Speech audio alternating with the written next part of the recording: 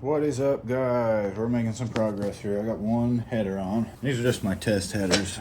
We got some spark plugs in there. I got some NGK TR55s. TR55s. There's the part number. These are great. I use these on everything. And then I have some broken exhaust studs I got to remove. From this side, there's one there, and then there's a deep one there. I'm gonna go do that real quick. And then I got my oil priming setup here. This is just an M16 or M6 by 1.5 to a 1/8 inch NPT fuel line fitting. The fitting is 3/8 of an inch. And I got a little thing on there. And then I just have a hand pump that screws onto a gallon jug of oil. This was not an oil gallon, but I put some VR1 in there, and that's how I'm gonna prime the oiling system. This just pumps like that. Should provide some okay pressure to enough to get up oil up to the rocker arms and stuff like that. So I'll be showing you guys that as well. Yeah, so stick around.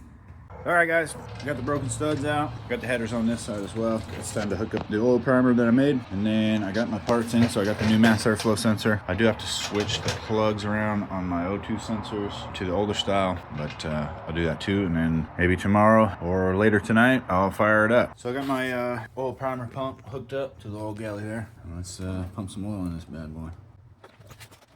So right now we're filling up the oil filter in the oil pump.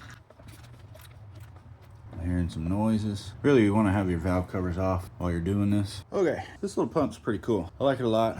Only thing I don't like is that there's no like clamp on this part, so it kind of leaks a little bit once the pressure gets a bit high. But it works. We got oil up into the heads with it, so that should be good enough to fire up the engine. Just make sure you check your oil. Make sure you didn't overfill it. We're right on full there, so we'll fire it up and then check it after running it, after everything's pumped around. I still got to wire up the ignition key and the battery and get some power, and I think I'm gonna put the alternator on as well. That's gonna do it for this video. Stick around to hear this thing run, maybe later tonight. So anyways, thanks guys, I appreciate you.